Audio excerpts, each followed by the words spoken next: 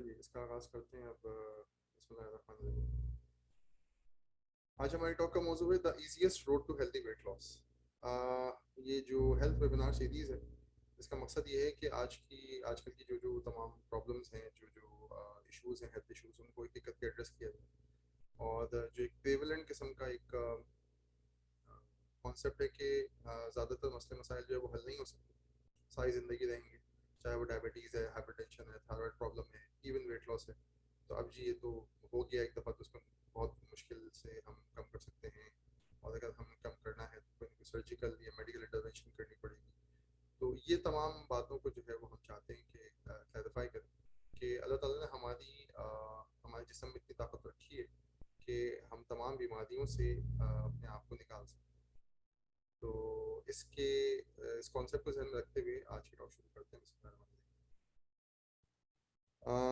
किसी भी वेबिनार से पहले मैं एक डिस्क्लेमर देता हूँ, और वो यही होता है कि इंडिविजुअल वेरिएशन आपके अंदर होती है हर पेशेंट पे। तो इस वजह से ये वेबिनार को डायरेक्टली किसी भी हेल्थ प्रॉब्लम को डायग्नोज या ट्रीट करने के लिए ना दिया जाए। आइडियली स्पीकिंग सबसे बेस्ट ये होता है कि आप अगर अपने डॉक्टर से कांटेक्ट करें और ये इन्फॉर्मेशन शेयर करें और फिर देखें कि वो कैसे अप्लाई करते हैं आपको। तो वन टू वन जो मैनेजमेंट होती है किसी भी डिजीज की, वो सबसे बेस्ट होती है। लेकिन ये कि जनरल जनरल जनरल इंफॉर्मेशन मैं चाहूँगा कि इस वेबिनार से आप लोग हासिल करें।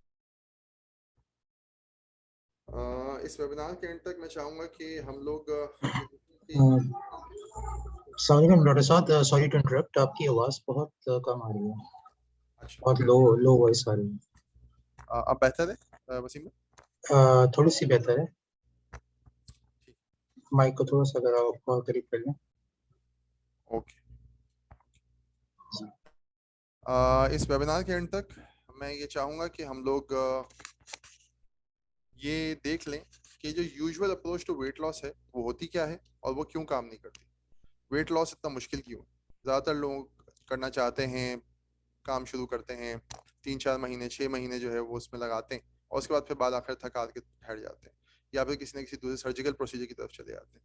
तो हम देखेंगे कि हमारी अंडरस्टैंडिंग में ऐसी क्या प्रॉब्लम है जिसकी वजह से ये अप्रोच वर्क नहीं कर रही। एक और चीज़ है कि हमारे जो वेट लॉस जर्नी में सबसे इंपॉर्टेंट किस फैक्टर को हमें रखना चाहिए, क्योंकि अमूमी तौर पे वेट लॉस के लिए लोग बाय हुक और बाय क्रुक कुछ भी करना चाहते हैं। ये ठीक नहीं है। हम इंशाल्लाह डिस्कस करेंगे कि क्या सबसे इंपॉर्टेंट चीज़ है to remember during the weight loss journey.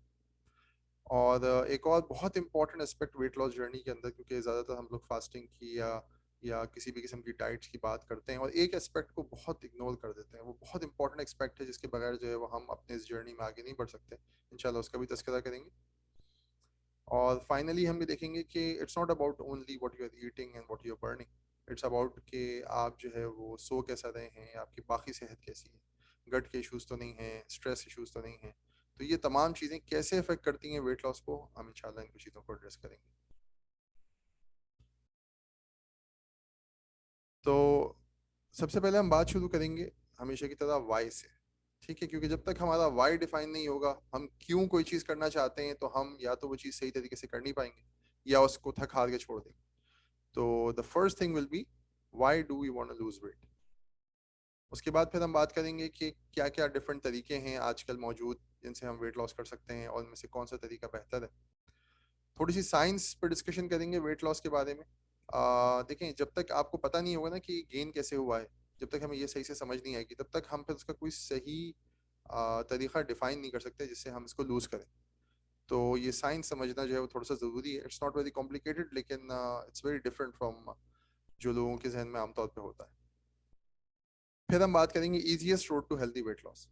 मतलब इस वक्त जो है वो जो भी डिफरेंट तरीके हैं वेट लॉस के, जिसके अंदर एक्सट्रीम डाइटिंग है या बहुत ज़्यादा एक्सरसाइज है या सर्जिकल वेज हैं, उन तमाम चीज़ों से इंशाल्लाह ये चीज़ आपको आसान भी लगेगी और इम्प्लीमेंटेबल भी लगेगी। एंड फाइनली विल डिस्कस कि कौन कौन से फैक्टर्स हमारे वेट लॉस को बेहतर बना सकते हैं। तो वाई से शुरू करते हैं। यूजुअली आजकल जो एक परसेप्शन है लोगों का वेट लॉस की, जो उनके गोल्स हैं वो ये हैं कि वो अच्छा दिखना चाहते हैं, या वो एक सर्टेन कम्युनिटी में या अपने दोस्तों में अच्छा फिट इन होना चाहते हैं, या फिर वो दूसरों को दिखाना चाहते हैं कि मैं ये कर सकता हूँ, या फिर वो तारीफ करवाना चाहते हैं अपनी। उसके अलावा कॉन्फिडेंस की कमी, और मैं कॉन्फिडेंस गेन करना चाहता हूँ, मैं वेट लूज करूंगा तो कॉन्फिडेंस गेन होगा, ये एक कॉन्सेप्ट होता है। या फिर किसी जगह एक्सेप्टेंस उनको चाहिए, घर में, दफ्तर में। या फिर और ये भी कॉन्सेप्ट होता है कि अगर मैं वेट लॉस कर लूंगा तो मेरी बहुत सारी मेडिकेशंस बंद हो जाएंगी। ये कॉन्सेप्ट बहुत गलत नहीं है, लेकिन इसमें और बहुत सारे फैक्टर्स होते हैं। तो सिर्फ वेट लॉस हर चीज़ का इलाज नहीं होता। इस पर हम आगे भी इंशाल्लाह डिस्कशन करेंगे। उसके अलावा दोस्त या अहबाब अगर बहुत ज़्यादा किसी को बोलेंगे जी आप मोटे हो रहे हैं या कोई इस किस्म की चीज़, तो उस वक्त जो है वो आपको ख्याल आता है कि मुझे वेट लॉस करना चाहिए। ये तमाम जो वाइज है ना वेट लॉस के, इनमें एक बहुत सिग्निफिकेंट प्रॉब्लम है कि हम इसमें सबसे इम्पॉर्टेंट चीज़ को निगलेक्ट कर रहे हैं। सबसे इम्पॉर्टेंट चीज़ जो वेट लॉस में है वो है आपकी हेल्थ, और फिर आपकी हेल्थ, और फिर आपकी हेल्थ, यानी कि इस हेल्थ से ज़्यादा कोई और इम्पोर्टेंट चीज़ ही नहीं। सबसे इम्पॉर्टेंट आपका एक ही कॉन्सेप्ट होना चाहिए कि मैं वेट लॉस करूं तो सिर्फ और सिर्फ अपनी हेल्थ को बेहतर बनाने के लिए करूं। अगर ये कॉन्सेप्ट नहीं होगा तो आप हर गलत और सही तरीके को अपनाने की कोशिश करेंगे, क्योंकि अगर आप कॉन्फिडेंस चाहते हैं या अगर आप एक्सेप्टेंस चाहते हैं तो you will ignore the health and you will just try to lose weight, and then you will get end up in more problems. आपको और ज़्यादा परेशानियां होंगी, बीमारियां होंगी। बहुत सारे ऐसे प्रोग्राम्स हैं जो हेल्थ जो वेट लॉस तो करवा देते हैं, लेकिन उसके बाद सारी ज़िंदगी इंसान उसके नतीजों से भुगतता रहता है। ओबिसिटी एक बहुत बड़ा मसला है, इसको डिफाइन ज़्यादा करने की ज़रूरत नहीं है कि दुनिया में ओबिसिटी फैल रही है, हम सबको पता है। लेकिन जो बात मैं यहाँ पे मेंशन करवाना चाह रहा हूँ वो ये है कि ज़्यादातर जो है वो आप देखेंगे कि जो टॉप 10 ओबीस कंट्रीज़ हैं परसेंटेज वाइज इनकी पॉपुलेशन के हिसाब से, इसमें ज़्यादातर मिडिल ईस्टर्न कंट्रीज़, यूएसए भी है, Kuwait, Saudi Arabia, Libya, Jordan, Turkey, Egypt. तो ये ज़्यादातर मिडिल ईस्टर्न कंट्रीज़। तो ये एक बहुत इम्पॉर्टेंट मतलब हमें एक डेटा कलेक्शन का पॉइंट है कि हम देख सकते हैं कि इन कंट्रीज में ऐसा क्या हो रहा है जिसकी वजह से ये हो रहा है, और हम उसको किस तरीके से रिवर्स कर सकते हैं। एक डॉक्टर और साहब प्रॉब्लम, आपकी सॉरी टू इंटरप्ट अगेन, आपकी आवाज़ अभी भी थोड़ी लो है। काफ़ी लोगों को मेरे ख्याल से नहीं पहुंच पा रही है आपकी आवाज़। आपसे माइक को टेस्ट कर लेंगे। मैं माइक को टेस्ट कर,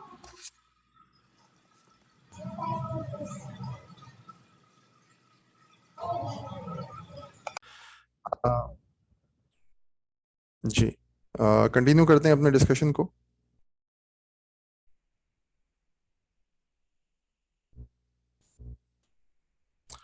हम बात कर रहे थे चाइल्डहुड ओबिसिटी की।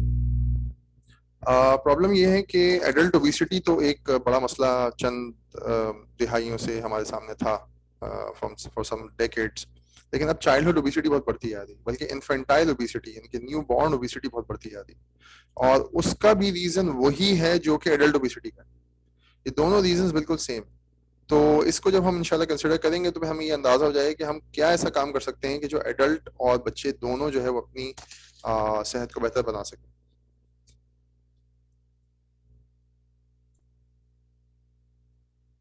ओबिसिटी बजाते खुद जो एक बीमारी पैदा करती है, उसके अलावा ये और बहुत सारी बीमारियों का बायस भी बनती है। जैसे कि ओबीस पीपल जो है वो आपको ज़्यादातर हाइपरटेंसिव मिलेंगे, उनको कैंसर के चांसेस ज़्यादा होते हैं। पॉलीसिस्टिक ओवरीज जो है वो एक फीमेल इनफर्टिलिटी का कॉज है, उसके अंदर ओबिसिटी बहुत सेंट्रल एक रोल प्ले करती है। दिल की परेशानियां, heart disease, Alzheimer disease, dementia. उसके अलावा फैटी लिवर आजकल ये बहुत कॉमन डायग्नोसिस हमारे सामने आ रहा है, और obesity is has the same pathophysiology जो कि फैटी लिवर की भी। बेसिकली इन तमाम चीज़ों के अंडर में इंसुलिन रेजिस्टेंस होती है। ये एक वर्ड है जो आपको बार बार सुनने को मिलता होगा डिफरेंट वीडियोस में, और हम भी इस पर थोड़ा सा डिस्कशन करेंगे। उसके अलावा लिपिड के इश्यूज, कोलेस्ट्रॉल का बढ़ जाना, टाइप 2 डायबिटीज, ये तमाम चीज़ें जो है वो ओबिसिटी की वजह से होती है। तो इस बात को समझना ज़रूरी है कि ओबिसिटी जो अपनी प्रॉब्लम्स के साथ आती है, वेट गेन या उसके अलावा आपके जोड़ों पे जो जोर पड़ता है, बाकी सारे मामला, तो उसके अलावा it can cause a lot of problems. और एक्चुअली इनका पैथोफिजियोलॉजी क्योंकि सेम है, तो अगर हम ओबिसिटी के मसले को हल कैसे करेंगे समझ जाएं तो ऑटोमेटिकली हम हाइपरटेंशन को भी हल कर सकते हैं, डायबिटीज को भी हल कर सकते हैं, हार्ट डिजीज को भी हल कर सकते हैं, यहाँ तक कि कैंसर को भी हल कर सकते हैं। ये कॉन्सेप्ट बहुत जरूरी है कि इन तमाम चीजों की जड़ सेम है, और उस पर भी हम आगे बात करेंगे। और इन तमाम चीजों के लिए तकरीबन जो काम करना है वो भी काफी सिमिलर। अब हम बात करते हैं कि आजकल क्या तरीके राइज हैं वेट लॉस के लिए। तो मोस्टली जो है वो डाइट पे बात की जाती है, या तो लो फैट डाइट होती है, या लो कार्बोहाइड्रेट डाइट होती है, या कोई लो कैलोरी डाइट कोई रिकमेंड करता है। उसके अलावा एक्सरसाइज प्रोग्राम्स हैं, aerobic exercise, high intensity exercise, बहुत सारे डिफरेंट प्रोग्राम्स हैं। उसके बियॉन्ड कुछ मेडिकेशंस आ जाती हैं, ये अमूमी तौर पे वेट लॉस क्लिनिक्स में देखने को मिलती हैं, डॉक्टर्स प्रिस्क्राइब कर रहे होते हैं। कुछ मेडिकेशंस जो है वो हंगर को रोकती हैं, कुछ ऐसी मेडिकेशंस है जो मेटाबॉलिज्म को फोर्स करती हैं, या सप्लीमेंट्स ऐसे हैं जो वेट लॉस सप्लीमेंट्स के नाम से मशहूर हैं। उसके अलावा फाइनली हमारे पास फिर सर्जरी आ जाती है। सर्जरी के अंदर हमारे पास दो किस्म के तरीके होते हैं। कुछ रिवर्सिबल होते हैं कि आपने जो है वो कोई चीज़ लगाई और फिर बाद में आप उसको रिमूव कर सकते हैं। जैसे कि गैस्ट्रिक बैंडिंग एक प्रोसीजर होता है, एक बैंड सा लगा दिया जाता है पेट के बाहर, और उसको जो है वो इन्फ्लेट कर दिया जाता है, उससे पेट का साइज छोटा हो जाता है, आप थोड़ा सा खा के फुल फील करने लगते हैं, और उसके बाद फिर उसको निकाला भी जा सकता है। इरिवर्सिबल प्रोसीजर ऐसे होते हैं कि वंस वो कर दिए तो फिर उसको रिवर्स नहीं किया जा सकता। जैसे कि गैस्ट्रिक बाईपास है कि आप पेट को बाईपास ही कर दें, या एक स्लीव गैस्ट्रेक्टमी, ये कॉमन ऑपरेशन है जो कराया जाता है। इसमें भी पेट को काफी मतलब कट करके छोटा कर दिया जाता है। इसके अलावा कुछ और प्रोसीजर्स भी हैं। जैसे फॉर एग्जांपल मेरे पास एक पेशेंट आई मेरे क्लिनिक में, तो मैंने देखा, मैं उनकी माउथ ओपनिंग चेक करना चाह रहा था ओरल हेल्थ के लिए। तो उन्होंने कहा कि मैंने एक ऐसी डिवाइस लगवाई हुई दांतों में जिससे मेरे दांत जो हैं वो ओपन नहीं हो सकते। वो मतलब सिर्फ जो बात भी कर रही थी वो अपने दांतों को खोले बगैर कर रही थी। और ये भी कुछ ऐसे डेंटल प्रोसीजर्स आजकल होने लगे हैं जिससे आप माउथ ओपन नहीं कर सकते, तो you can not eat anything, you can drink some things. तो वो उस पर वो लिक्विड डाइट पे थी बेसिकली। और इन तमाम चीज़ों का जो मेन इशू है वो ये है कि इसमें लाइफस्टाइल चेंजेस पे कोई ध्यान नहीं दिया जाता। आप एक ऐसा बॉडी में चेंज लाना चाह रहे हैं जिससे समहाउ वेट लॉस हो जाए, लेकिन लाइफस्टाइल मॉडिफिकेशन पे ना कोई ध्यान देता है ना कोई बात करता है। तो होता क्या है कि यूजुअली ये तमाम चीजें फेल हो जाती हैं, क्योंकि जैसे ही जो है आपने इस चीज को रिमूव किया, या जैसे ही कोई प्रोसीजर जो है वो आपने रिवर्स कराया, और वो जो है वो दोबारा से वेट बढ़ना शुरू हो जाता है, क्योंकि आपने उसकी जो है वो ना वजह को समझा, ना उसको एक्सप्लेन किया कि फर्दर आगे कैसे लेके चलना है इसको। तो वेट लॉस एक चीज है और वेट मेंटेनेंस एक चीज है, इन दोनों पे हम बात करेंगे इंशाल्लाह। आइडियली कोई भी तरीका जो वेट लॉस का है उसके अंदर सबसे पहली बात कोई नेचुरल तरीका होना चाहिए। ठीक है, इसके अंदर जो सर्जरीज हैं वो आउट हो जाती हैं और मेडिकल मेडिसिन भी आउट हो जाती हैं, क्योंकि अगर अपनी बॉडी को आप नेचुरली ट्रीट नहीं करेंगे और किसी चीज़ का आदी बना देंगे, किसी दवा का या किसी और चीज़ का, तो फिर उससे बॉडी पे हार्मफुल इफेक्ट्स होते हैं। इसके अलावा इजी तरीका होना चाहिए, बहुत कोई मुश्किल ना हो, ऐसा ना हो कि मतलब आप किसी को कहें 10 किलोमीटर डेली भागें, वो नहीं कर सकता, जाहिर सी बात है।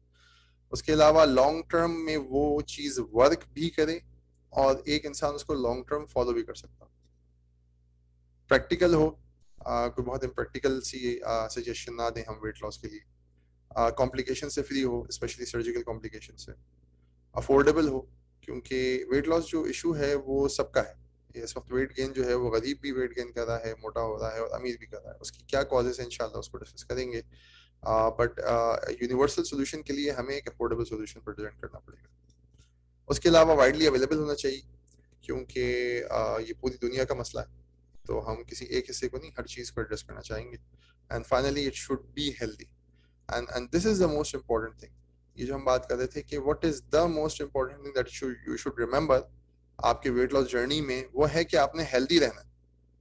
हेल्थ को कॉम्प्रोमाइज करके आपने किसी भी तरीके से वेट लॉस कर लिया तो कोई फायदा नहीं, क्योंकि बॉडी इवेंचुअली सफर करेगी। हेल्दी तरीके से वेट लॉस करना, ये सबसे इंपॉर्टेंट बात। तो हम हेल्थ को फोकस रखेंगे और वेट लॉस जो है वो साथ साथ होगा, रादर देन के लोग कहते हैं ना weight lose weight to get healthy. आप अपना वजन कम करेंगे तो आप हेल्दी हो जाएंगे, ये एक्चुअली उल्टी बात है। Get healthy to lose weight, जब आप सेहतमंद हो जाएंगे तो आपका वजन भी लॉस हो जाएगा। थोड़ा सा हम डिस्कस कर लेते हैं कि क्या मतलब वेट गेन होता क्यों, क्योंकि ये जब तक समझ नहीं आएगा तो वेट लॉस वाले कोई भी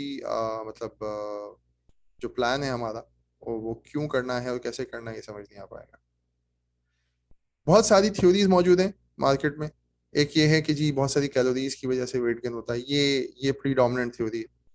और कार्बोहाइड्रेट्स की वजह से ओबेसिटी होती है, ये भी एक थ्योरी है। मीट कंजम्पशन, डाइटरी फैट अगर ज़्यादा खाएं तो होता है। या बहुत कम एक्सरसाइज करने की वजह से, सेडेंटरी लाइफस्टाइल की वजह से ओबेसिटी होती है।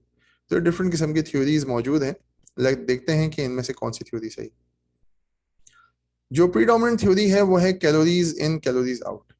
ये मॉडल ये प्रिडिक्ट करता है कि आप एक सर्टेन अमाउंट ऑफ कैलोरीज खाते हैं और फिर उसको अपने जिस्म में बर्न करते हैं। अब अगर वो कैलोरीज को आप कम कर देंगे, जो जो मोस्ट कॉमन बात की जाती है किसी भी वेट लॉस फिजिशियन से जब बात की जाए, तो वो ये कहता है कि भाई कम खाइए और ज्यादा चलें या ज्यादा बर्न करें। तो उसके अंदर जो ये वेट लॉस वाला सेकंड स्टेज है, उसमें यही है कि कैलोरीज इनको आप कम कर दें, कैलोरीज आउट को बढ़ा दें, तो scale will tip in the favour of weight loss, ये वेट लॉस होना शुरू हो जाएगा। और उसकी उल्टा अगर हम बात करते हैं तो ये हम कहते हैं कि जी आप ज्यादा कैलोरीज खा रहे हैं और कम बर्न कर रहे हैं, इसकी वजह से जो है वो वेट गेन हो रहा है। ये जो अजम्पशन है ना कि कैलोरी की वजह से ये सब हो रहा है, ये गलत है। और इसी की वजह से हम सही प्लान नहीं बना पाते वेट लॉस का। क्योंकि जैसे ही आप किसी के पास जाते हैं, वो फौरन आपको ये एडवाइस करता है किसी जिम में दाखिला ले लें या कोई ट्रेडमिल खरीद लें या बहुत तेजी से वॉक करना शुरू कर दें, 2-2 घंटे के घंटे वॉक करें। उसके अलावा जो है वो अपने नाश्ते के अंदर जो है वो अगर आप 2 डबल रोटी के पीस खाते हैं तो एक कर दें, और अगर आप 2 रोटियां खाते हैं तो एक कर दें, तो वो कैलोरीज इन जो है वो आप कम करना शुरू कर दें। प्रॉब्लम इसके अंदर क्या है ये हम डिस्कस करते हैं, क्योंकि this will totally change how we view obesity. Obesity को देखने का तरीका ही हमारा बदल जाएगा। ये मॉडल क्यों गलत है? सबसे पहले तो बात ये, कैलोरी इनटेक और कैलोरी आउटपुट ये दो अलग अलग चीजें नहीं। इनके एक कॉन्सेप्ट ये है कि जी आप जो खा रहे हैं ये कुछ अलग चीजें डिटरमाइन करती हैं और आप जो स्पेंड कर रहे हैं अलग चीजें डिटरमाइन करती हैं, ऐसा नहीं। जो आप खाते हैं उस हिसाब से आपका जिस्म खर्च करता है। इसको आप इस तरीके से भी समझ सकते हैं, जितना हम कमाते हैं तो उतना खर्च करते हैं, तो उससे ज्यादा मतलब पॉसिबिलिटी नहीं होती। सिमिलरली अगर हम अपना कैलोरिक इंटेक कम कर देंगे, मिसाल के तौर पर यूजुअली मेल पॉपुलेशन की बात करें तो 2000 किलो कैलोरी कहा जाता है कि इनकी एक रिक्वायरमेंट है डेली। इसके अंदर जो है वो अगर हम 2000 से 1500 चले जाएंगे तो कैलोरी इन कैलोरी आउट मॉडल ये बताता है कि 500 कैलोरीज का डेफिसिट हो गया। 2000 आप बर्न कर रहे हैं और 1500 खा रहे हैं, तो डेली 500 कैलोरीज आपके अपने फैट की बर्न होना शुरू हो जाएंगी। ये बात इस वजह से गलत है क्योंकि जैसे ही हम कैलोरिक इंटेक कम करते हैं, विद इन अ मंथ हमारी बॉडी कैलोरी एक्सपेंडिचर भी गिरा देती है। हमारी बॉडी कैलोरी बर्निंग को कम करके उसको उसके बराबर ले आती है जितना कि कैलोरिक इंटेक। चाहे आप 1000 किलो कैलोरी कर दें, चाहे आप उससे कम कर दें, आपकी बॉडी कंटिन्यूसली डिटेक्ट कर रही है कि आप कितना खा रहे हैं। तो अगर आपने सही तरीके से चीज को अप्रोच नहीं किया तो आपकी बॉडी जो है वो अपना कैलोरी एक्सपेंडिचर कम कर देगी। इस पे और आगे डिस्कशन भी करेंगे इंशाल्लाह। एक चीज होती है बेसल मेटाबॉलिक रेट। ये बहुत इंपॉर्टेंट कॉन्सेप्ट है कि बैठे बैठे आप जो बर्न कर, जिसको बहुत सारे लोग कहते हैं कि जी बहुत फास्ट मेटाबॉलिज्म है किसी का, वो तो बहुत खाते हैं लेकिन उनके जिस्म पे लगता ही नहीं है, उस किस्म की बात। तो बेसल मेटाबॉलिक रेट जो है ना, ये एक इंपॉर्टेंट कॉन्सेप्ट है कि आपकी जिस्म में सबसे ज्यादा कैलोरीज जो बर्न हो रही हैं वो आपके जो रेस्टिंग पे समझ लें आपके जो फंक्शन काम कर रहे हैं, जैसे कि ब्रेन फंक्शन है या कार्डियक फंक्शन है, ये बेसल मेटाबॉलिक रेट का पार्ट है और ये सबसे ज्यादा इंपॉर्टेंट है। और इसके अंदर अगर स्लोनेस आ जाएगी, आपका मेटाबॉलिज्म स्लो हो जाएगा किसी भी वजह से, तो वेट गेन होना शुरू हो जाएगा। और अगर आपका मेटाबॉलिज्म हम थोड़ा सा फास्ट कर देंगे तो वेट लॉस की तरफ हम बात जाएंगे। ये एक इंपॉर्टेंट कॉन्सेप्ट है कि मेटाबॉलिज्म को व्यू करना। और ये मेटाबॉलिज्म चेंज होता है। ये मेटाबॉलिज्म दिन में सुबह शाम में चेंज होता है। ये मेटाबॉलिज्म आपके खाने के हिसाब से चेंज होता है। ये मेटाबॉलिज्म जो है वो डिफरेंट डिजीजेस में कम ज्यादा हो सकता है। उसके अलावा यूजुअली हम ये समझते हैं कि जी कैलोरीज इन पे हमारा कॉन्शियस कंट्रोल है, लेकिन ऐसा होता नहीं। ज्यादातर लोगों के बारे में यही बात की जाती है कि जी आप इस वजह से लूज नहीं कर सकते वेट क्योंकि आप में विल पावर नहीं।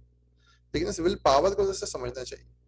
देखिए आपके आसपास इतने ज्यादा स्टिमुलाई हैं, खाने की दुकानें हैं, उससे खाने की खुशबू आ रही है, एडवर्टाइजमेंट लगा हुआ है, तो उससे जो है वो मतलब आप हर वक्त जो है वो एक्सपोज हो रहे हैं कि कुछ ना कुछ खाने के लिए आपको पुश किया जा रहा है। और ये जो एक आर्ट है एडवर्टाइजमेंट का, ये आपको आपके दिमाग में डिफरेंट न्यूरोट्रांसमीटर्स रिलीज कराता है, डिफरेंट हार्मोन्स आपके जिस्म में रिलीज होते हैं, जिसकी वजह से आप पुश होते हैं कुछ खाने के लिए। आप किसी खाने की दुकान के सामने से गुजरेंगे, आपको खुशबू आएगी खाने की, आपका दिल चाहेगा क्योंकि बॉडी में वो हार्मोन्स रिलीज होना शुरू होगा। ठीक है, दूसरी बात ये है कि डिफरेंट टाइम्स पे डिफरेंट मतलब हम रिस्पॉन्स करते हैं किसी भी स्टिमुलाई को। जैसे मिसाल के तौर पर अगर आप जो है वो भूखे हैं और आप किसी खाने की दुकान के सामने से गुजर रहे हैं, तो आपको बहुत ज्यादा भूख और लगेगी, आपका दिल चाहेगा खाने का, लेकिन आपका पेट बहुत ज्यादा भरा हुआ है और फिर आप उस खाने की दुकान के सामने से गुजरेंगे तो आपको वो चाहत नहीं होगी खाने की, क्योंकि आपका पेट भरा हुआ। इसका मतलब ये है कि डिफरेंट टाइम्स पे हमारी बॉडी में डिफरेंट हार्मोन्स रिलीज हो रहे हैं जो हमें खाने की तरफ पुश कर रहे हैं या ना खाने की तरफ पुश कर रहे हैं। तो ये बात करना कि सिर्फ और सिर्फ आपकी विल पावर इज इंपॉर्टेंट, ये सही नहीं है, क्योंकि बॉडी में जो है वो इसके अलावा भी बहुत कुछ है। एक और कॉन्सेप्ट कैलोरी के अंदर ये है कि जी कैलोरी किसी भी तरीके से ले लें आप 100 किलो कैलोरी या 200 किलो कैलोरी चॉकलेट से ले लें या आप 200 किलो कैलोरी मीट से ले लें, ये बराबर है। ये बिल्कुल गलत कॉन्सेप्ट है। गुड कैलोरीज भी होती हैं, बैड कैलोरीज भी होती हैं। बैड कैलोरीज को हम एम्प्टी कैलोरीज भी कहते हैं। देखिए कैलोरी तो एक चीज है जो आप खा रहे हैं, उसके अंदर कुछ ना कुछ उसकी न्यूट्रिशनल वैल्यू होगी और वो आपके अंदर जाके एनर्जी प्रोडक्शन कराएगी, लेकिन उसके साथ हमें क्या क्या मिल रहा है? उस खाने में सिर्फ और सिर्फ कार्बोहाइड्रेट्स ही मिल रहे हैं या सिर्फ फैट ही मिल रहे हैं, या फिर हमें उसके साथ वाइटामिन भी मिल रहे हैं, मिनरल्स भी मिल रहे हैं। तो वो खाना जो नेचुरल होता है उसके अंदर अमूमी तौर पे जो है वो vitamin, mineral, carbohydrate, protein, fat का एक प्रॉपर कॉम्बिनेशन होता है। उससे जो हम कैलोरीज लेंगे वो प्रॉपर कैलोरीज होंगी। और ये जो कैलोरी कॉन्सेप्ट है ना, ये इंट्रोड्यूस कराया है स्नैक्स बनाने वाली कंपनी में। एक जनरल कॉन्सेप्ट ये है कि जी आप जो है वो 200 किलो कैलोरी जो है वो इनटेक कर लें कोई चॉकलेट बार खा के, और फिर आप उसको बर्न कर सकते हैं ट्रेडमिल पे इतना इतना भाग के। तो ये जो कॉन्सेप्ट है कैलोरी का, ये बिल्कुल बॉडी फिजियोलॉजी के साथ कोरिलेट नहीं करता। तो ऊपर बहुत सारे हार्मोन्स के भी हमने डिस्कशन की कि आपका control over the calorie intake या कैलोरी इनटेक और एक्सपेंडिचर, इन तमाम चीजों को या बेसल मेटाबॉलिक रेट को भी हार्मोन इन्फ्लुएंस कर रहे हैं। तो क्योंकि हार्मोन मेन कॉज है फैट ग्रोथ का, कैलोरीज इनपुट का, कैलोरीज आउटपुट का, तो हमें ये मानना पड़ेगा कि ओबेसिटी एक हार्मोनल डिसऑर्डर है या एक हार्मोनल इम्बैलेंस है। ओबेसिटी कैलोरी एक्सेस का नाम नहीं। अगर आप गलत चीजें खाएंगे उससे आप में हार्मोनल डिस्टर्बेंसेस प्रोड्यूस होंगी, तो a person can become obese, चाहे वो जितनी भी कैलोरीज कम कर। और अगर आप सही चीजें खा रहे हैं तो आप एक कैलोरी बहुत कम नहीं भी करने के बावजूद आपका जिस्म जो है वो उसको आराम से निकाल सकेगा, क्योंकि वो एक पर्टिकुलर तरीके का पैटर्न बॉडी को देगी। तो अगर हम वेट लॉस प्रॉब्लम को एक वर्ड में डिफाइन करना चाहें तो वो है इंसुलिन। इंसुलिन वो हार्मोन है जो जब भी आप खाना खाते हैं आपके जिस्म में रिलीज होता है। इंसुलिन जो है वो आपके अंदर फैट बनाता है और आपके फैट को ब्रेक होने से रोकता है। तो अगर किसी इंसान में इंसुलिन मौजूद है बहुत ज्यादा लेवल पे, तो वो अगर 2 दिन 3 दिन भी कुछ खाना नहीं खाएगा तब भी फैट ब्रेक नहीं होगा, क्योंकि फैट ब्रेक डाउन इंसुलिन होने नहीं देगा। इसलिए जो लोग इंसुलिन लगाते हैं, जो डायबिटिक्स इंसुलिन लगाते हैं, उनका वेट गेन होता है, क्योंकि इंसुलिन का काम है वेट गेन कराना, और वो भी फैटी वेट गेन होता है। और अगर वो वेट लूज करना चाहें भी तो वो लूज नहीं कर सकते। तो insulin is the main issue. अब ये इंसुलिन क्यों बढ़ जाता है जिस्म में? आपकी डाइट की वजह से बढ़ सकता है, हार्मोनल इम्बैलेंस की वजह से बढ़ सकता है, किसी डिजीज में भी बढ़ सकता है, स्ट्रेस की वजह से इंसुलिन जो है वो काफी बढ़ता है, स्लीप के अंदर जो है वो अगर स्लीप डिस्टर्बेंसेस हैं तो उसकी वजह से इंसुलिन बढ़ता है, और उसके अलावा जो है वो गट इश्यूज के अंदर भी जो है वो इंसुलिन बढ़ सकता है। तो हम इन चीजों को अलग अलग डिस्कस करेंगे इंशाल्लाह। वेट लॉस 2 किस्म का हो सकता है। या तो वो हेल्दी वेट लॉस होगा जिसको हम फैट लॉस भी कहते हैं, एक्सेस बॉडी फैट बर्न करेगी और ये डिजायर्ड है, इसी की तरफ हमारी सारी डिस्कशन प्रोसीड करेगी। और ये उसी वक्त होता है जैसे भी बात हुई जब लो इंसुलिन लेवल्स होंगे बॉडी में। एक और किस्म का वेट लॉस होता है प्रोटीन लॉस या बोन मास का लॉस। ये अनहेल्दी वेट लॉस होता है। ये आपको अमूमी तौर पे अगर आपने कोई कैंसर के पेशेंट्स देखे हैं या आपने कोई इस किस्म के लोग देखे हैं जिनको एकदम से सडनली 2-3 महीने में बहुत ज्यादा वजन उनका गिर गया है, तो उसमें अगर उनके पेट निकला हुआ है स्टिल, तो इसका मतलब ये कि फैट लॉस तो नहीं हुआ, एब्डोमिनल ओबेसिटी तो मौजूद है। तो उनकी जो है वो जो लॉस ऑफ वेट है वो उनका प्रोटीन लॉस है, मसल मास लॉस हो रहा है, और वो इस वजह से लॉस हो रहा है कि उनके अंदर इंसुलिन लेवल बहुत हाई है। तो जैसे बात हुई थी कि इंसुलिन की मौजूदगी डिटरमाइन करती है कि आप वेट लॉस जो करेंगे वो अच्छा वेट लॉस है या बुरा वेट लॉस है। इंसुलिन की मौजूदगी में फैट लॉस नहीं हो सकता, आपकी बॉडी आपका प्रोटीन ब्रेक करके यूज अप कर लेगी, लेकिन फैट नहीं बर्न कर देगी। उसके अलावा ये भी देखने की जरूरत है कि इंसुलिन किन किन सूरतों में बढ़ता है। जब भी हम कार्बोहाइड्रेट इनटेक करते हैं किसी भी किस्म का, जिसमें हम चावल की बात कर लें, रोटी की बात कर लें, पोटैटोज की बात कर लें, या रिफाइंड शुगर्स की बात कर लें हम, चॉकलेट्स की या कोल्ड ड्रिंक्स की, तो उसके अंदर क्या होता है कि ग्लूकोज की एक स्पाइक आती है और इंसुलिन का रिस्पॉन्स की भी एक स्पाइक आती है, और फिर जो है ये इंसुलिन उस ब्लड शुगर को जो है न्यूट्रलाइज जैसे ही करता है, हम फिर कुछ खा पी लेते हैं, फिर एक स्पाइक आती है, और फिर जो है वो इंसुलिन को काम करना पड़ता है, फिर जैसे वो न्यूट्रलाइज कर होता है तो फिर एक स्पाइक आती है, हम कुछ खाते पीते हैं तो बार बार खाने से बार बार इंसुलिन बढ़ेगा, और कार्बोहाइड्रेट रिच ग़िज़ा खाने से भी इंसुलिन बहुत ज्यादा बढ़ेगा। Proteins on the other hand insulin को बहुत ज्यादा नहीं बढ़ाती। ये ब्लू लाइन जो है ये दिखा रही है कि प्रोटीन इंसुलिन को मॉडरेटली बढ़ाती, थोड़ा सा बढ़ाती, और येलो लाइन फैट की है, फैट खाने से इंसुलिन तकरीबन बिल्कुल नहीं बढ़ता। तो अगर हमें इंसुलिन को कम करना है तो हमें प्रोटीन और फैट वाली ग़िज़ा पे ध्यान देना चाहिए, कार्बोहाइड्रेट्स को अपनी ग़िज़ा में से कम करना चाहिए। बेसिक कॉन्सेप्ट है कि हम अपनी बॉडी को इंसुलिन ब्रेक्स देते हैं, क्योंकि जब इंसुलिन ब्रेक मिलेगा, इंसुलिन बॉडी में नहीं होगा तो बॉडी अपना फैट ब्रेक करेगी। अगर इंसुलिन की मौजूदगी है तो बॉडी अपना फैट ब्रेक नहीं कर सकती। अब इंसुलिन ब्रेक्स कैसे दिए जाएं? इंसुलिन रिलीज होता है जब हम खाते हैं, तो इसलिए हम अपने खाने को एक सर्टेन तरीके से लिमिट करेंगे, स्लोली एंड ग्रेजुअली। उसका पूरा प्लान मैं आपसे डिस्कस करूंगा। उसके अलावा अगर हम बहुत ज्यादा कार्बोहाइड्रेट्स खाते हैं तो उसकी वजह से भी इंसुलिन बढ़ता है, तो हमें कार्बोहाइड्रेट्स को अपनी ग़िज़ा में लो टू नो कार्ब डाइट पे जाना पड़ेगा। नाउ लेट्स टॉक अबाउट कि वो प्रैक्टिकल स्टेप्स क्या हैं जिनको लेके आप अपना वेट लॉस जर्नी शुरू कर सकते हैं।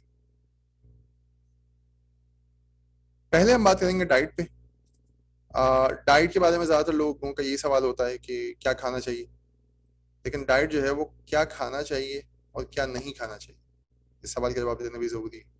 साथ में कैसे खाना चाहिए और कितना खाना चाहिए, कब खाना चाहिए, कब नहीं खाना चाहिए, और कैसे नहीं खाना चाहिए, कहाँ खाना चाहिए, ये तमाम चीज़ें जो है ना ये हमें देखनी पड़ेंगी किसी भी डाइट को जब हम असेस करेंगे कि डाइट में ये तमाम क्वेश्चंस आंसर होंगे तो फिर आपको पूरी पिक्चर मिलेगी। एक इंपॉर्टेंट कॉन्सेप्ट मैं यहाँ डिस्कस कर लूँ जो बहुत मतलब प्रॉब्लम का बाइस है हमारी, वो ये है कि हमारे जो सुपर मार्केट में लो फैट चीज़ें मिलती हैं, लो फैट, नो फैट और फुल फैट भी मिलती। अमूमी तौर पे ये कॉन्सेप्ट है कि फुल फैट चीज़ें खाने से इंसान मोटा हो जाता है, लेकिन जैसे कि हम आगे डिस्कस करेंगे कि फैट से तो इंसान पतला होता है, क्योंकि इंसुलिन रेजिस्टेंस कम होती है, इंसुलिन ड्रॉप करता है। तो कोई भी जब चीज़ लो फैट होती है तो वो ऑटोमेटिकली हाई इन कार्बोहाइड्रेट्स होती है। लो फैट और लो कार्ब्स दो अलग अलग पर्सपेक्टिव, बिल्कुल दो अलग अलग स्पेक्ट्रम। प्रोटीन कंटेंट किसी भी ग़िज़ा का तकरीबन सिमिलर होता है, 20 से 30% नेचुरली अकरिंग ग़िज़ाओं की बात कर रहा हूँ। बाकी 70% जो है वो या तो फैट होगा, या कार्बोहाइड्रेट्स होंगे, या फिर अ कॉम्बिनेशन। तो अगर हम कभी भी लो फैट चीज लेंगे ऑटोमेटिकली उसमें कार्बोहाइड्रेट कंटेंट ज्यादा होगा, और पीछे हम पढ़ चुके हैं कार्बोहाइड्रेट की वजह से ही तो इंसुलिन रिलीज हो रहा है, उसी की वजह से तो वेट गेन हो रहा है। तो लो फैट चीजों को हर कीमत पे अवॉइड कर, लो फैट नो फैट चीजों को लाना बिल्कुल बंद कर। खाना क्या चाहिए, इसके बारे में मेरी पिछली टॉक थी, change your diet change your life, और इस टॉक के अंदर काफ़ी डिटेल में हमने डिस्कशन किया था, उसको थोड़ा सा ब्रीफली मैं यहाँ आउटलाइन कर देता हूँ। ज़्यादातर खाने के अंदर अगर हम वेजिटेबल्स का इस्तेमाल कर रहे हैं तो उसमें स्टार्ची वेजिटेबल्स यूज़ नहीं करेंगे, जैसे कि पोटैटो, स्वीट पोटैटो वगैरह से अवॉइड करेंगे, और ग्रीन वेजिटेबल्स जो हैं वो ज़्यादा अच्छी होती, टमाटर वगैरह या शिमला मिर्च ये भी यूज़ कर सकते हैं। रियल फूड्स यानी कि जो नेचुरल फूड्स हैं वो हम लेंगे, प्रोसेस आइटम्स नहीं लेंगे। जो भी पैकेज चीज़ें हैं उनको हम अवॉइड करने की कोशिश करेंगे। और हेल्दी फैट्स में बेसिकली एनिमल सोर्स के फैट्स आते हैं। इसमें अंडे हैं, गोश्त है, चीज़ है, बटर है, घी है, और कुछ ऑयल्स आ सकते हैं। प्योर ऑलिव ऑयल है अगर, या कोकोनट ऑयल है, तो हम उसको यूज कर सकते हैं। तो ये हेल्दी फैट्स के अंदर ये चीजें आती हैं। ये चीजें हमें यूज करनी। अब बहुत सारी ऐसी जगह हैं जहाँ पे एक लो कार्ब डाइट के पॉइंट ऑफ व्यू से जो है वो आपको एग्जैक्टली बता दिया जाता है कि ये चीजें आप खा सकते हैं, ये चीजें नहीं खा सकते। मिसाल के तौर पर ये एक पूरी लिस्ट है बहुत सारी वेजिटेबल्स की जिनको आप खा सकते हैं। तो इसके अंदर ज्यादातर वही बात है कि ग्रीन लीफी वेजिटेबल्स हैं, नॉन स्टार्ची वेजिटेबल्स हैं।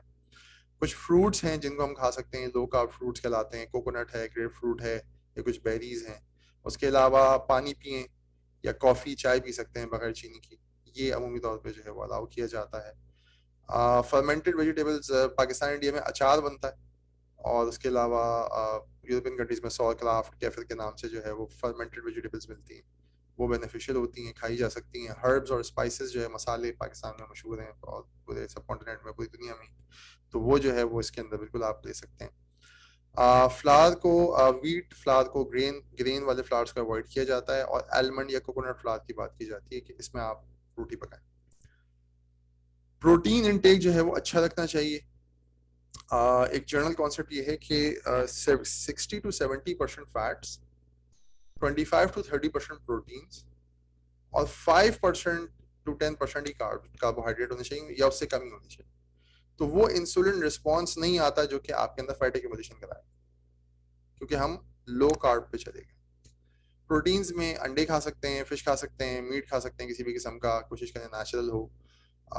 नट्स, पोल्ट्री, चिकन वगैरह, या कुछ किस्म के सीड्स होते हैं वो भी हम खा सकते हैं। फैट में जैसे बात हुई कि एनिमल सोर्स फैट सबसे बेस्ट होते हैं, बटर, क्रीम, और डेयरी में ये देखना पड़ेगा कि किसी को लैक्टोज इंटॉलरेंस तो नहीं है, डेयरी से कोई एलर्जी तो नहीं है। अगर है तो फिर उसको छोड़ देना है इस चीज़ को, अदरवाइज जो है वो डेयरी यूज़ कर सकते हैं। Coconut oil, olive oil, milk, cheese और घी वगैरह, ये तमाम चीज़।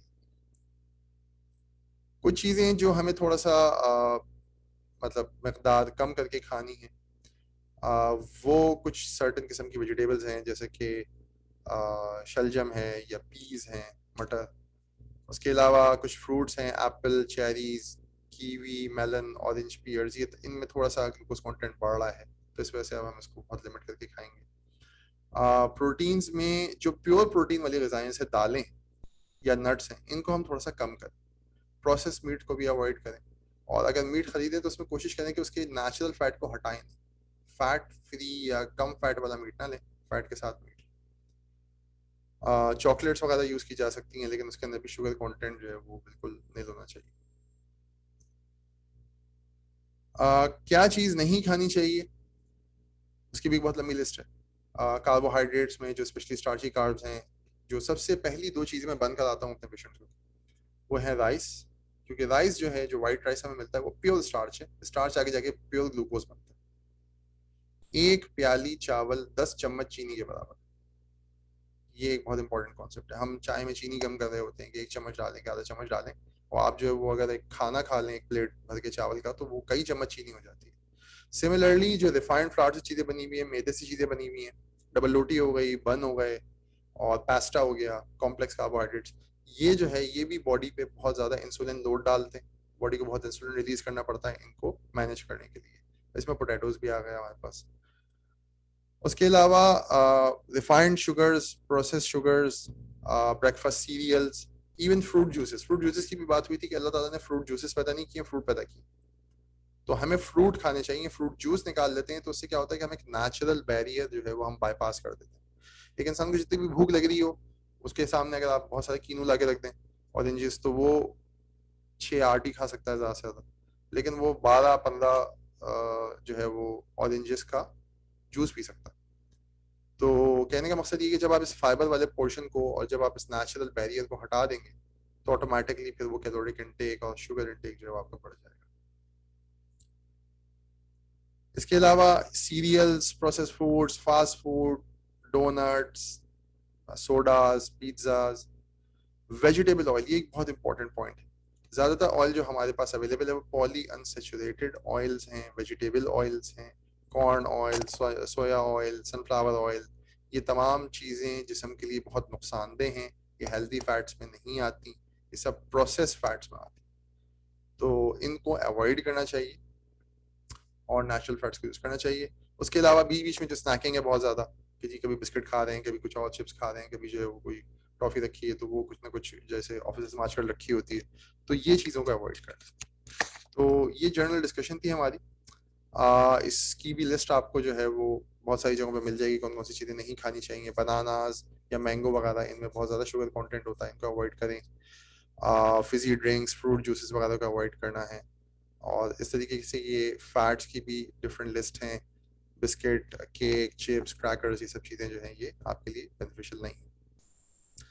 इस पॉइंट ऑफ व्यू से आपकी हेल्प के लिए मैं एक चीज़ को आपको एक रिसोर्स पेश करना चाह रहा हूँ। PHC, public health collaboration, UK. ये यूके के चंद डॉक्टर्स हैं, यूके में नॉर्वुड से ताल्लुक़ रखते हैं। इन्होंने एक PHC, पब्लिक हेल्थ कोलैबोरेशन के नाम से एक चैरिटी बनाई है, ऑर्गेनाइजेशन, जिससे में वो बहुत ज़्यादा मतलब काम कर रहे हैं और हेल्थ एडवाइस जो है वो इसके अंदर डिस्ट्रीब्यूट करते हैं। इसकी वेबसाइट है phcuk.org। इस वेबसाइट के ऊपर बहुत सारी रिसोर्सेज हैं और इनकी अपनी एक ऐप भी है, इसका नाम है फ्रेश वेल ऐप। ये फ्रेश वेल ऐप जो है अगर आप डाउनलोड कर लें तो ये जितनी बातें मैंने पीछे डिस्कस की हैं, कौन सी चीज़ें खानी चाहिए, कौन सी चीज़ें नहीं खानी चाहिए और कौन सी चीज़ें मॉडरेट क्वांटिटी में खानी चाहिए, ये सारी डिटेल्स उसमें मौजूद है। तो ये एक बहुत मैं समझता हूँ बेनिफिशियल टूल हो सकता है आपके लिए, आपके वेट लॉस जर्नी के अंदर। इन्हीं लोगों ने, पब्लिक हेल्थ कोलैबोरेशन ने, एक इंफोग्राफिक्स क्रिएट किए हैं और उसके अंदर ये बताया है कि कौन सी चीज़ कितनी शुगर की इक्विवेलेंट है। क्योंकि ये तो हम जनरली स्पीकिंग बात को एक्सेप्ट करते हैं कि जी शुगर जो है वो बुरी चीज़ है और इसके बारे में हम बहुत सारी बात भी कर चुके हैं, लेकिन क्या चावल भी बुरी चीज़ है, या फ्रेंच फ्राइज कितने बुरे हैं, या स्पैगेटी तो बुरी नहीं होती। तो उसके कॉन्सेप्ट से उन्होंने उनको शुगर इक्विवेलेंट्स में डिवाइड किया है। जैसा कि बासमती राइस, अगर जैसे मैंने कहा था कि एक प्याली बासमती राइस 150 ग्राम 10 चम्मच चीनी के बराबर। बॉइल्ड पोटैटो अगर एक प्याली में आप ले लें तो वो 9 चम्मच चीनी के बराबर है। स्पैगेटी जो है वो भी 6.5 चम्मच चीनी के बराबर है। उसकी एक सर्टेन क्वांटिटी 180 ग्राम, वही तकरीबन एक प्याली बन जाती है। बनाना में अच्छा खासा कंटेंट है शुगर का। उसकी बजाय अगर आप एग्स को देखें तो एग्स में बिल्कुल कोई शुगर कंटेंट नहीं, बिल्कुल कोई कार्बोहाइड्रेट कंटेंट ही नहीं है, सिर्फ और सिर्फ प्रोटीन और फैट है। इसीलिए eggs are the healthiest thing. Eggs को अपने नाश्ते का पार्ट बनाएं। मैं अमूमी तौर पे एग्स जो है वो बहुत रिकमेंड करता हूँ। उसके अंदर बहुत बेनिफिशियल जैसे कहते हैं कि विटामिन्स और मिनरल्स भी मौजूद होते हैं। उसके अलावा बहुत अच्छी सोर्स है ये एनर्जी। इसके अलावा इन्होंने और चीज़ों को भी इस तरीके से बताया है, जैसे कैबेज के बारे में बता रहे हैं कि बिल्कुल उसमें कोई कार्बोहाइड्रेट कंटेंट नहीं है, कैबेज आप ज़्यादा खा सकते हैं। स्वीट कॉर्न जो है वो उसमें 4 टेबल स्पून। सिमिलरली रेजिन्स, किशमिश जो है उसके अंदर बहुत ज़्यादा शुगर कंटेंट होता है, स्ट्रॉबेरी में काफ़ी कम होता है। तो इस तरीके से इनके बहुत सारे ग्राफ्स हैं, they will help you during this wait loss journey. इनकी ऐप में इस किस्म के शुगर ग्राफिक्स होते हैं, जैसे बासमती राइस, अगर आप उसको क्लिक करेंगे शो द शुगर, तो आपको पता चल जाएगा कि जी एक 150 ग्राम एक सर्विंग ऑफ बासमती राइस में 10.1 table spoon of tea spoon of sugars होती है। तो इससे आप प्रायोरिटाइज कर सकते हैं कि मैं किस चीज को पहले टारगेट करूं। जनरली स्पीकिंग 2 चीजें जो मैंने कहा कि उसको टारगेट जरूर करना है वो है बेकरी आइटम्स या रिफाइंड फ्लावर से बनी हुई चीजें, और चावल प्लस पोटैटो। ये 3 चीजें बहुत बहुत सिग्निफिकेंट हमारा लोड है हमारे ऊपर इसका कार्बोहाइड्रेट्स का। इनकी वेबसाइट पे उर्दू में भी ये तमाम चीजें मौजूद और बहुत ही बेहतरीन उर्दू में उन्होंने जो है वो इस पूरे जैसे कहते हैं कि एक 25-30 पेज का एक पूरा डॉक्यूमेंट है। तकरीबन 12 जबानों से ज़्यादा जबानें, चाइनीज़ में, फ्रेंच में, जर्मन में, इन्होंने इसको रिप्रोड्यूस किया है। और इसके अंदर जो है वो बहुत क्लियरली और बहुत तरीके से बताया गया है कि जी हकीकी ग़िज़ा का ज़िंदगी का तरीक़ा ज़िंदगी, यानी कि रियल फूड का लाइफस्टाइल।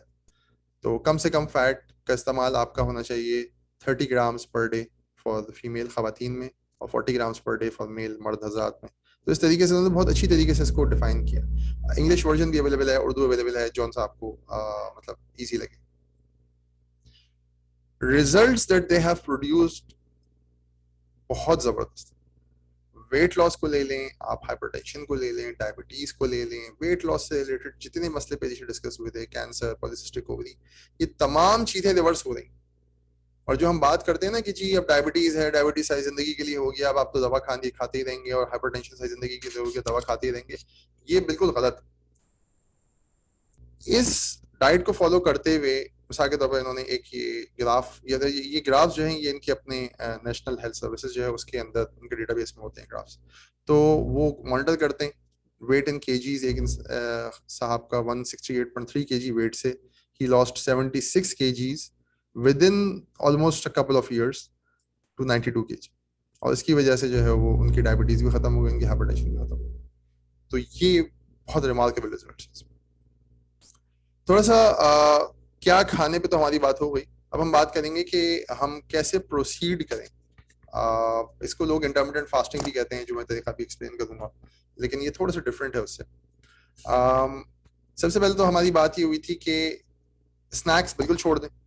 जैसे कोई भी आता है तो मैं उसको ये कहता हूँ सबसे पहले स्नैक्स छोड़ें, 3 मील्स पे आ जाए। सेकेंड स्टेप होगा 2 मील्स और थर्ड स्टेप होगा 1 मील अ डे। तो यूजुअली 3 मील्स क्या होते हैं? Breakfast, lunch, dinner. 2 meals depending on आपका जो रूटीन है, उसमें ब्रेकफास्ट या सपर हो सकता है, यानी कि रात शाम का एक खाना, या फिर ब्रंच आप कर लें, थोड़ा लेट कर लें ब्रेकफास्ट को, और फिर डिनर कर लें। और 1 मील अ डे जो है वो जब भी आपको भूख लगे तो खा सकते हैं। तो इसका तरीका ये होता है कि यूजुअली लोग जब आते हैं तो वो एक ब्रेकफास्ट मिसाल के तौर पर 7 बजे कर रहे हैं, फिर वो थोड़ा सा स्नैक लेते हैं 11 बजे, फिर लंच करते हैं 3 बजे, फिर एक PM का स्नैक होता है 6 बजे, चाय वगैरह, फिर डिनर उनका होता है 9 बजे, उसके बाद फिर बेड टाइम पे एक स्नैक होता है सोने से पहले। तो इन चीजों को सबसे पहले हमने रिड्यूस करना है 3 मील्स अ डे। और इन 3 मील्स में जो इंपॉर्टेंट बात है वो ये है कि ब्रेकफास्ट थोड़ा बेहतर हो तो ज्यादा अच्छा है, क्योंकि हम उसको सारे दिन में यूटिलाइज कर लेंगे, और डिनर जो है वो थोड़ा कम क्वांटिटी में। उसके बाद जो नेक्स्ट स्टेप हमें लेना होता है वो ये होता है कि अगर हम अच्छा ब्रेकफास्ट ले रहे हैं, जिसमें स्पेशली एग्स को मैं बहुत सपोर्ट करता हूँ, और चीज को और बटर वगैरह को, तो उसकी वजह से क्या होता है कि हमारा पेट देर तक भरा रहता है। फैटी जो ग़िज़ा है उसको देर में आपकी बॉडी यूज कर पाती है। तो उसकी वजह से क्या होता है कि अगर आपने अच्छा ब्रेकफास्ट 7 बजे कर लिया है तो आपको भूख नहीं लगती 3 बजे। अब आपकी भूख जो है मे बी आपको 4 बजे लग रही है, 5 बजे लग रही है। सो आई आस्क माय पेशेंट्स कि आप अपना लंच पुश करते चले। 4 बजे करें, भूख नहीं लग रही तो 5 बजे कर दें, भूख नहीं लग रही तो 6 बजे कर दें। और जैसे ही आप अपना लंच डिले करेंगे तो ऑटोमेटिकली आपका डिनर जो है वो कम हो जाएगा। अच्छा, डिनर बहुत लेट नहीं करना। डिनर कम से कम 2 घंटे पहले सोने से होना चाहिए, आइडियली स्पीकिंग 4 घंटे पहले होना चाहिए। तो डिनर बहुत लेट नहीं करना। You have to eat dinner close to lunch for that purpose. और अगर 5 बजे आपने लंच अच्छा किया है तो आपको 8-9 बजे बहुत कम डिनर की जरूरत पड़ेगी। द नेक्स्ट स्टेप इज कि अब हम लंच और डिनर को कंबाइन कर दें। लंच को इतना डिले करेंगे कि वो इवेंचुअली डिनर के बिल्कुल करीब आ जाएगा, और फिर हम दोनों को एक मील बना देंगे। This is how you go from 3 meals a day to 2 meals a day. और ये बात सुनने में थोड़ी डिफिकल्ट लगती है, लेकिन मैं सबसे इंपॉर्टेंट बात जो है मेंशन करना चाहूंगा वो ये है कि इस पूरे प्रोसेस में भूख आपको नहीं लगी।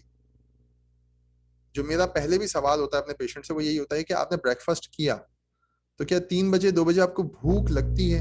अगर उनको भूख लगती है तो आई नेवर से कि नहीं जी आप नहीं खाएं। मैं भूख बर्दाश्त करने का कभी नहीं कहता। मैं उनको कहता हूं कि आप खाना खा लें, जब तक आपको भूख लगती रहे आप उस टाइम पे खाना खाएं।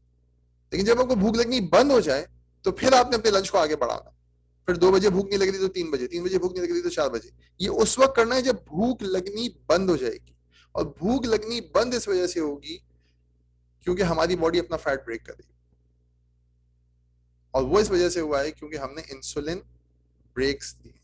जब हम 3 मील अ डे पे होते हैं तो मील्स के बीच में कोई इंसुलिन रिलीज नहीं होता। मील के टाइम पे इंसुलिन रिलीज होता है, फिर बीच में कोई इंसुलिन रिलीज होता है, फिर डिनर के बाद फिर सुबह तक कोई इंसुलिन रिलीज नहीं होता। तो ये जो इंसुलिन ब्रेक्स आ रहे हैं, प्लस हम जो ब्रेकफास्ट कर भी रहे हैं उसमें हम तो अंडे ज्यादा खा रहे हैं, या हम कोई प्रोटीन फैट वाली चीजें खा रहे हैं तो उसमें इंसुलिन रिलीज भी नहीं हो रहा। एक तो इंसुलिन इन बिटवीन मील्स नहीं रिलीज हो रहा, और जब हम खाना खा भी रहे हैं तो ऐसी चीज खा रहे हैं कि इंसुलिन बहुत ज्यादा रिलीज नहीं हो रहा। So that is what gives the body insulin breaks, और इंसुलिन ब्रेक आएगा आपका फैट ब्रेकडाउन होना शुरू हो जाएगा। फैट ब्रेकडाउन होगा, आपको भूख लगनी बंद हो जाएगी। जैसे ही भूख लगनी बंद होगी तो हम 3 मील से 2 मील अ डे पे चले। एंड मैंने जो एक्सपीरियंस किया है पेशेंट्स के साथ वो ये है कि लोगों को 2 दफा पे आ तो जाते हैं लेकिन उनको अभी भी भूख नहीं लग रही होती, क्योंकि उनकी बॉडी फैट ब्रेक कर रही है, फैट स्टोर्स बहुत है बॉडी।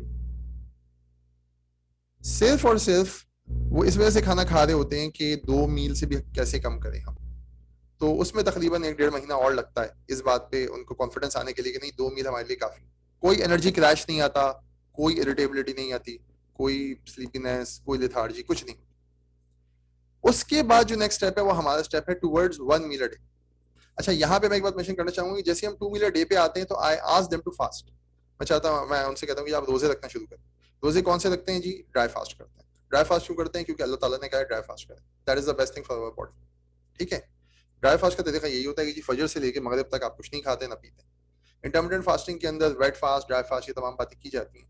लेकिन 2 मील अ डे पे आते ही जैसे ही मैं पहले एक फास्ट अ वीक और फिर two fasting days a week मैं रिकमेंड करता हूँ, और उससे जो है वो इनका वेट लॉस जर्नी बहुत फास्ट है।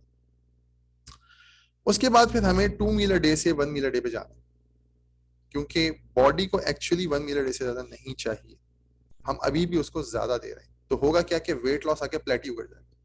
1 मील अ डे पे जाने का तरीका ये होता है कि पहले हमने जो है वो लंच और डिनर को मिला के सफर बना दिया था, अब हम ब्रेकफास्ट को डिले कर रहे हैं। अगर आपको सुबह 7 बजे भूख नहीं लग रही तो आप ना खाएं, आप 9 बजे खा लें, 10 बजे खा लें। इस तरीके से हम ब्रेकफास्ट को डिले करते रहेंगे और उसको जो है वो शाम के खाने के करीब लाते रहेंगे। एंड एक वक्त ऐसा आएगा कि ये दोनों मिल जाएंगे, 1 मील अ डे पे हम आ जाएंगे। वो मील अ डे आप एनी टाइम दे सकते हैं, जब भी आपको भूख लगे, या नहीं भी लगे तो आप 1 मील अ डे किसी भी टाइम डिसाइड कर लें, वो ले लें अपने रूटीन के हिसाब से। But again this all will happen without you feeling hungry. आपको भूख नहीं लग रही होगी, ये बहुत इंपॉर्टेंट बात है। तभी मैं इसको जो easiest road to weight loss कहता हूँ वो इसी वजह से कहता हूँ कि इसमें भूख नहीं बर्दाश्त करनी, इसमें कोई बहुत ज्यादा विल पावर का कमाल नहीं है। थोड़ी सी समझ चाहिए कि हमारी बॉडी क्या खाना चाहती है, क्या रिलीज करती है, और किस चीज को हम हार्मोन को बंद करेंगे, इंसुलिन को, तो हमारा फैट ब्रेकडाउन शुरू होगा एंड आपका ये मतलब बहुत तेजी से काम शुरू हो जाता है।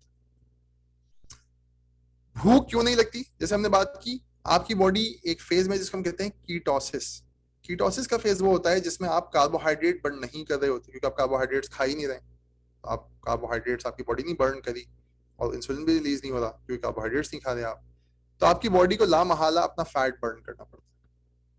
When the body starts burning fat, तो फैट तो बहुत मौजूद है बॉडी, तो बॉडी आपका खाया हुआ फैट जब हजम कर लेती है तो अपनी बॉडी का फैट यूज करना शुरू कर देती है, क्योंकि उसको डिफरेंस नहीं पता चलता कि फैट खाया हुआ है या फैट बॉडी का, और उस तरीके से बहुत तेजी से फैट बर्निंग शुरू होती है। कीटोसिस के बहुत सारे बेनिफिट्स हैं। कीटोसिस जो है वो इन्फ्लेमेशन को रिड्यूस करती है। ज्यादातर आजकल जो क्रॉनिक डिजीजेज हैं वो सब इन्फ्लेमेटरी डिजीज हैं, तो जो लोग कीटोसिस में होते हैं उनके पेन्स और उनकी सारी चीजें बहुत अच्छी हो जाती हैं, बेहतर हो जाती हैं। मेंटल फोकस बहुत अच्छा हो जाता है, आपका ब्रेन जो है वो कीटोन्स को यूज करना चाहता है as a preferred fuel as compared to glucose. Energy levels बहुत ज्यादा हो जाते हैं, कोई क्रैश नहीं आता। आपकी फैट बर्निंग और वेट लॉस इंक्रीज हो जाता है, इंसुलिन रेजिस्टेंस और उससे रिलेटेड तमाम बीमारियां कम हो जाती हैं, स्किन बहुत हेल्दी हो जाती है, मूड एलिवेट हो जाता है, इमोशनल बैलेंस आपका मेंटेन रहता है, एंटी एजिंग बेनिफिट्स हैं, और सबसे इंपॉर्टेंट बात जो हमने अभी कही कि कीटोसिस में भूख नहीं लगती और कोई एनर्जी क्रैश भी नहीं। तो ये that makes it very easy कि अगर हम अपनी बॉडी को कीटोसिस में पुश कर दें तो फिर हमारा 2 मील a day 1 meal a day पे जाना भी आसान होता है, वेट लॉस जर्नी भी आसान हो जाता है। That is why this is the easiest way to lose weight. थोड़ी सी हम फाइनल बात करेंगे न्यूट्रिएंट्स की।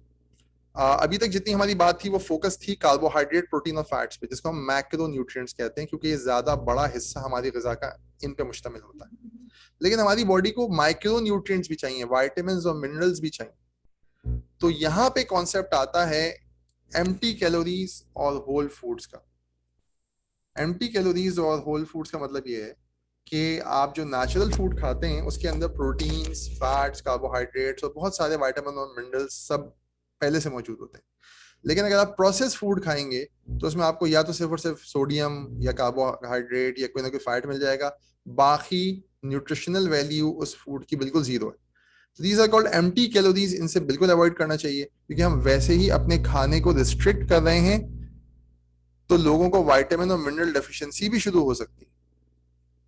तो इसीलिए अगर हम होल फूड्स पे रहेंगे तो इससे हमें एडिक्वेट विटामिन और मिनरल्स मिलेंगे और हम जो है वो इस डेफिशिएंसी को बाईपास कर सकते हैं, अवॉइड कर सकते हैं।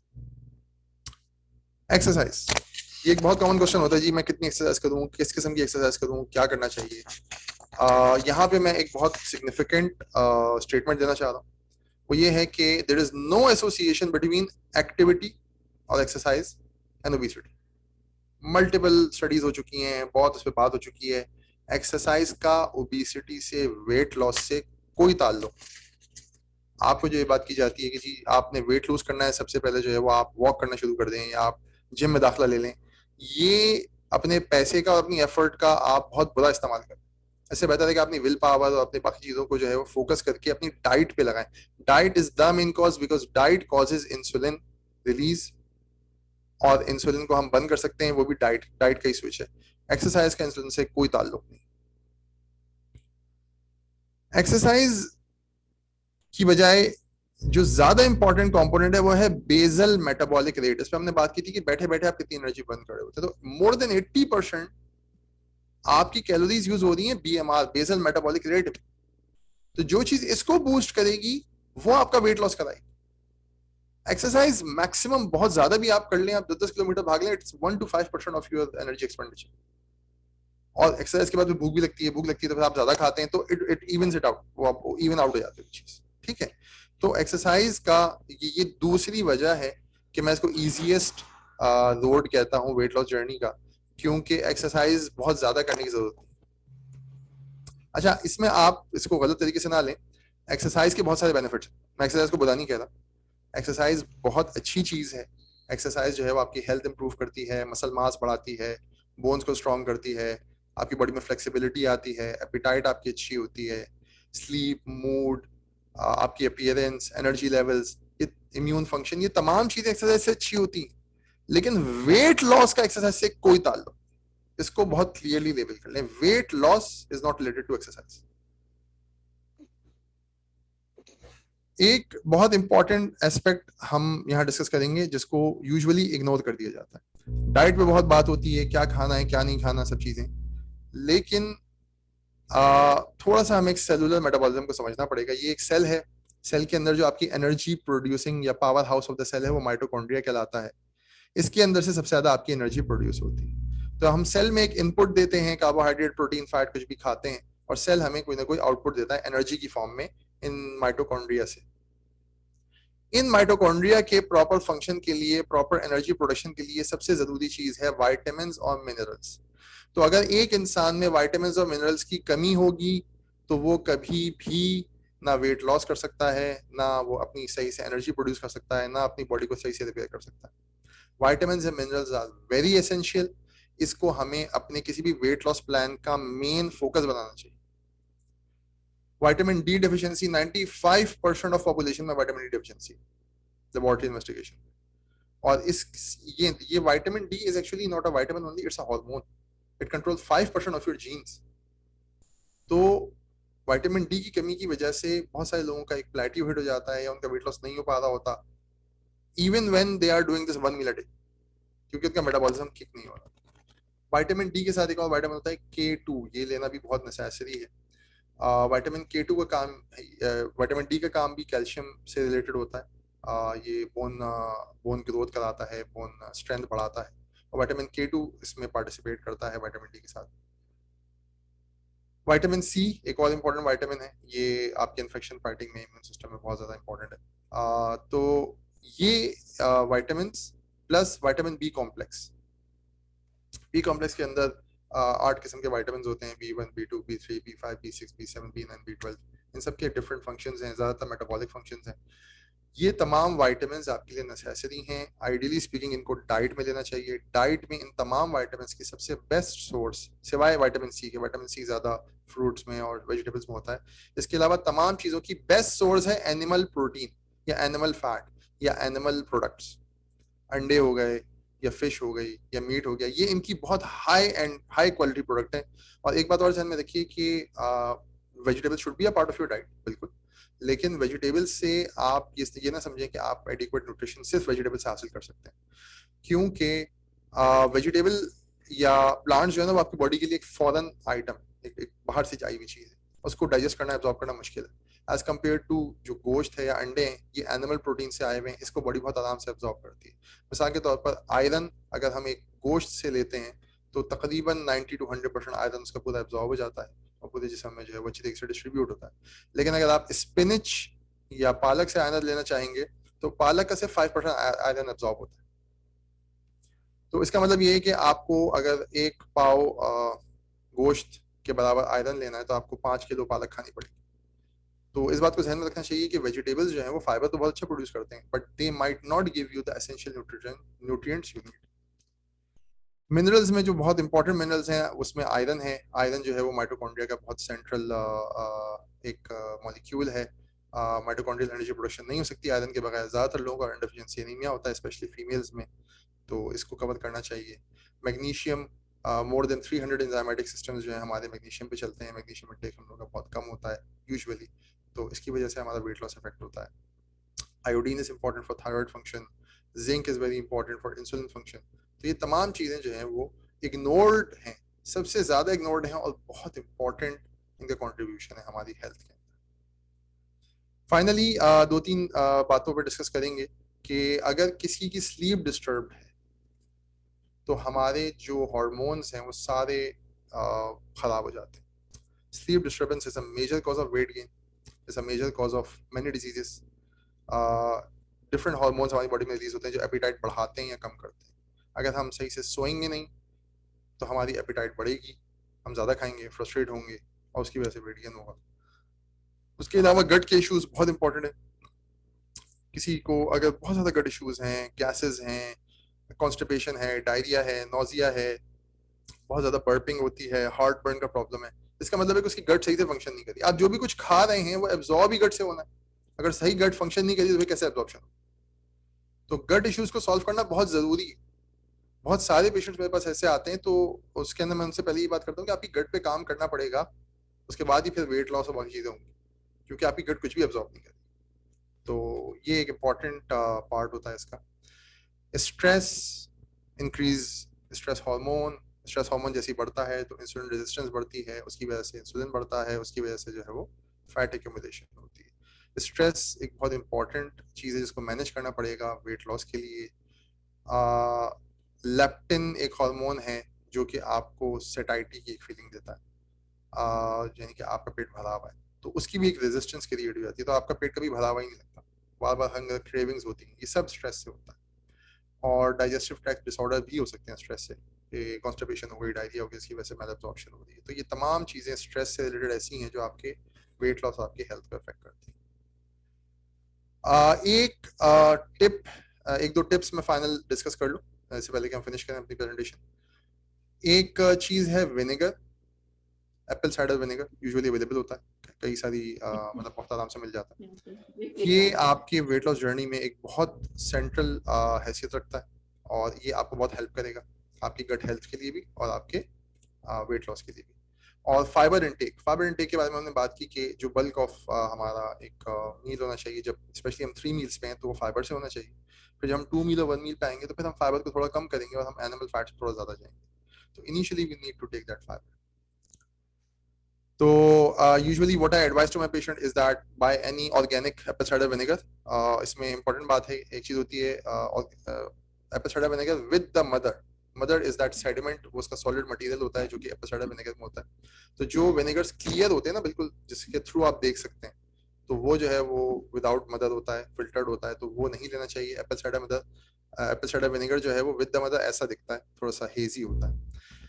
1 टेबल स्पून इसका लेना है, एक लेमन लेना है, उसके साथ आप अगर ऐड कर सकें तो क्रश करके जो है वो ginger 1/4 of a tea spoon ले सकते हैं आप जिंजर, क्रश जिंजर। इन सबको आप 1 गिलास पानी में मिलाएंगे और ये जो ड्रिंक बनेगा इसको आप रात को सोने से पहले और सुबह नाश्ते से पहले लें। This will help you with everything, आपके डाइजेशन, आपके स्मॉल इंटेस्टाइनल बैक्टीरियल ओवरग्रोथ, पेट की gases, constipation, liver health, weight loss. This thing is like a big piece of the puzzle and this helps people a lot.